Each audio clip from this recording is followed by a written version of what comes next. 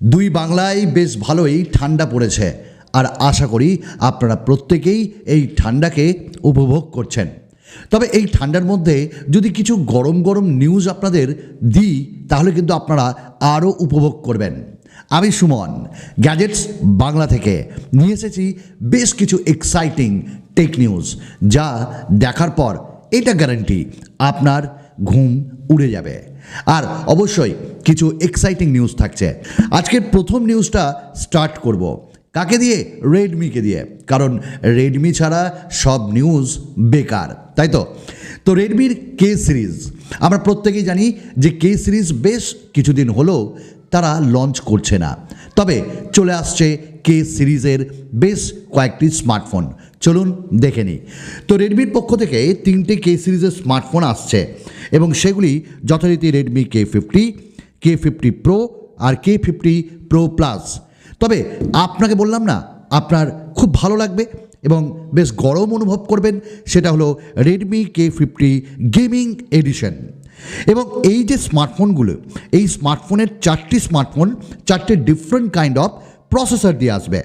স্ন্যাপড্রাগনের 8th Generation 1, MediaTek Dimensity 9000, MediaTek Dimensity 7000 এবং স্ন্যাপড্রাগনের 870।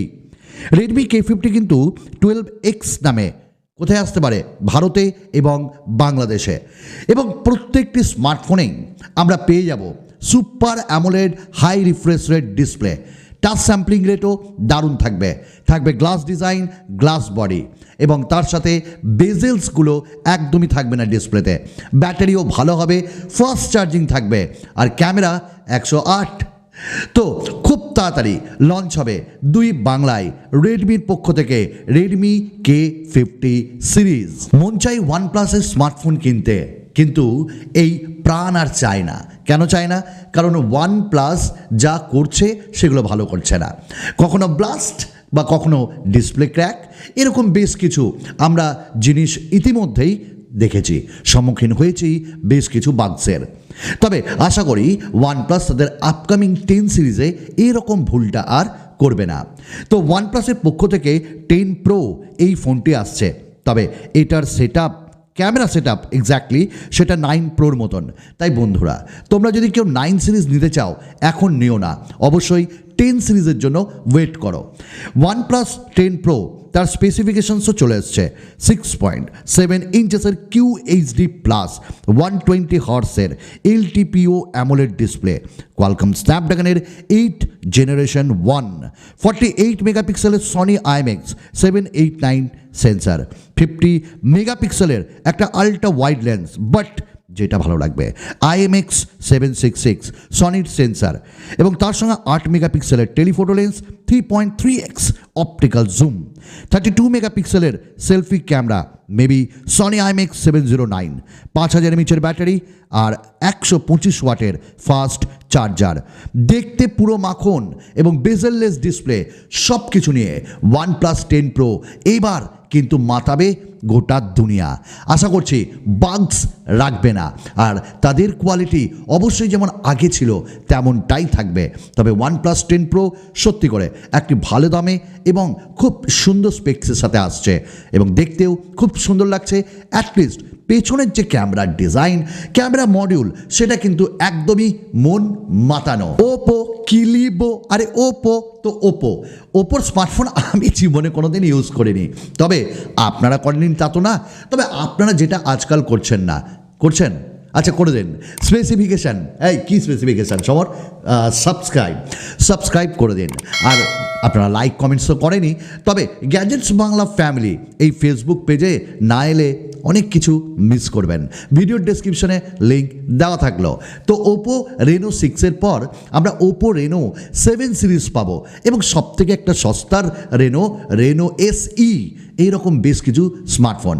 চলুন, Oppo Reno 7 এবং 7 Pro এইগুলি যে স্মার্টফোন আসছে সেটা বলা হচ্ছে ওয়ার্ল্ড ফার্স্ট মানে পৃথিবীর বা বিশ্বের প্রথম সনি আইম্যাক্স 709 সেলফি ক্যামেরা দিয়ে আসবে এবং সেখানে 32 মেগাপিক্সেলের সেলফি ক্যামেরা থাকবে এবং সেখানটায় আমরা যে লাইট সেন্সিটিভিটি সেটা 60% এক্সট্রা পাবো, 35% ইমপ্রুভ পাবো নয়েজ রিডাকশনে।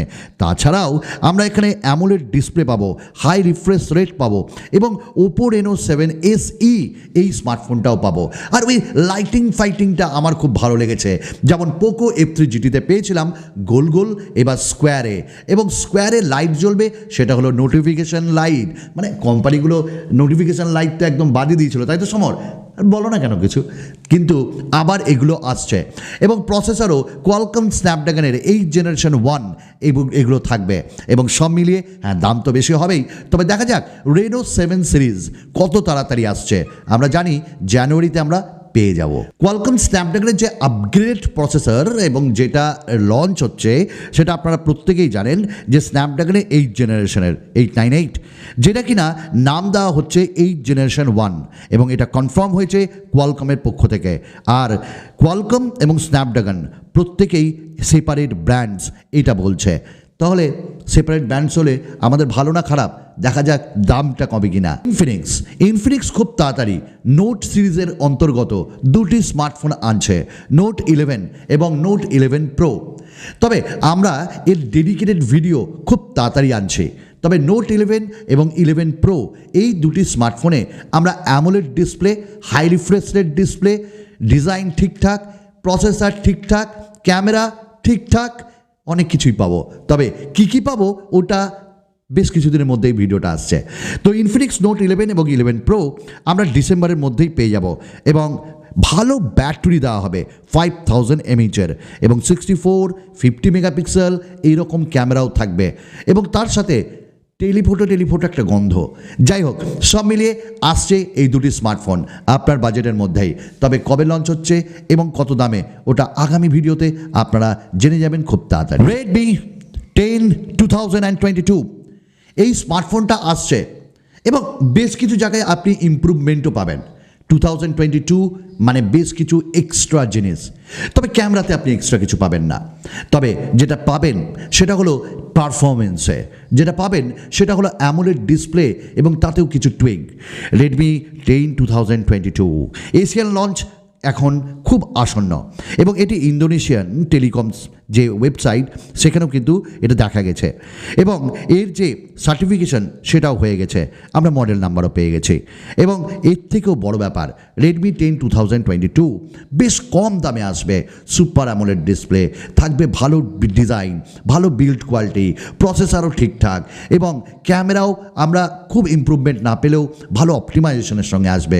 তাই যারা কম দামে অ্যামোলেড দিয়ে ভালো ক্যামেরা, ঠিকঠাক পারফরমেন্স, ভালো ব্যাটারি চাও, তারা কিন্তু রেডমি 10 2022 জন্য একটু অপেক্ষা করে যাও স্যামসাংকে দিয়ে। স্যামসাং খুব তাড়াতাড়ি এমন একটা কিছু করতে চলেছে যেটা আপনাদের বেশ ভালোই লাগবে। স্যামসাং কিন্তু চুজ করেছে টেক্সাসকে তাদের নতুন যে $17 বিলিয়ন চিপ ম্যানুফ্যাকচারিং প্ল্যান্ট হিসাবে। কোথায়? ইউনাইটেড স্টেটে। এবং স্যামসাং তাদের যে চিপের কোয়ালিটি সেটা আরও ভালো করবে এবং মোস্ট প্রবাবলি যে এক্সাইনোস প্রসেসর সেটা নিয়ে আমরা প্রত্যেকেই বেশ আমরা সুর তুলি যে অত ভালো না, সত্যি করে তো পারফরমেন্স এক্সাইনোসের অত ভালো হয় না, ল্যাক করে। এইগুলো ইমপ্রুভ হবে এবং খুব তাড়াতাড়ি তার যে রেজাল্ট আমরা পেয়ে যাব আবার একটা নতুন ভিডিওতে। আপনাদের সাথে খুব তাড়াতাড়ি দেখা হবে। ততক্ষণের জন্য অবশ্যই ভালো থাকুন, সুস্থ থাকুন, সবাইকে ভালো রাখতে সাহায্য করুন।